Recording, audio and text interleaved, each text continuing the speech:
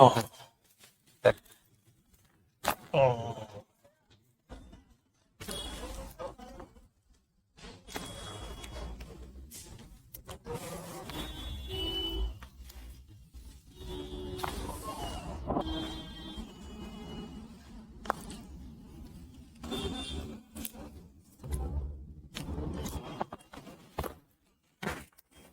सोड बघा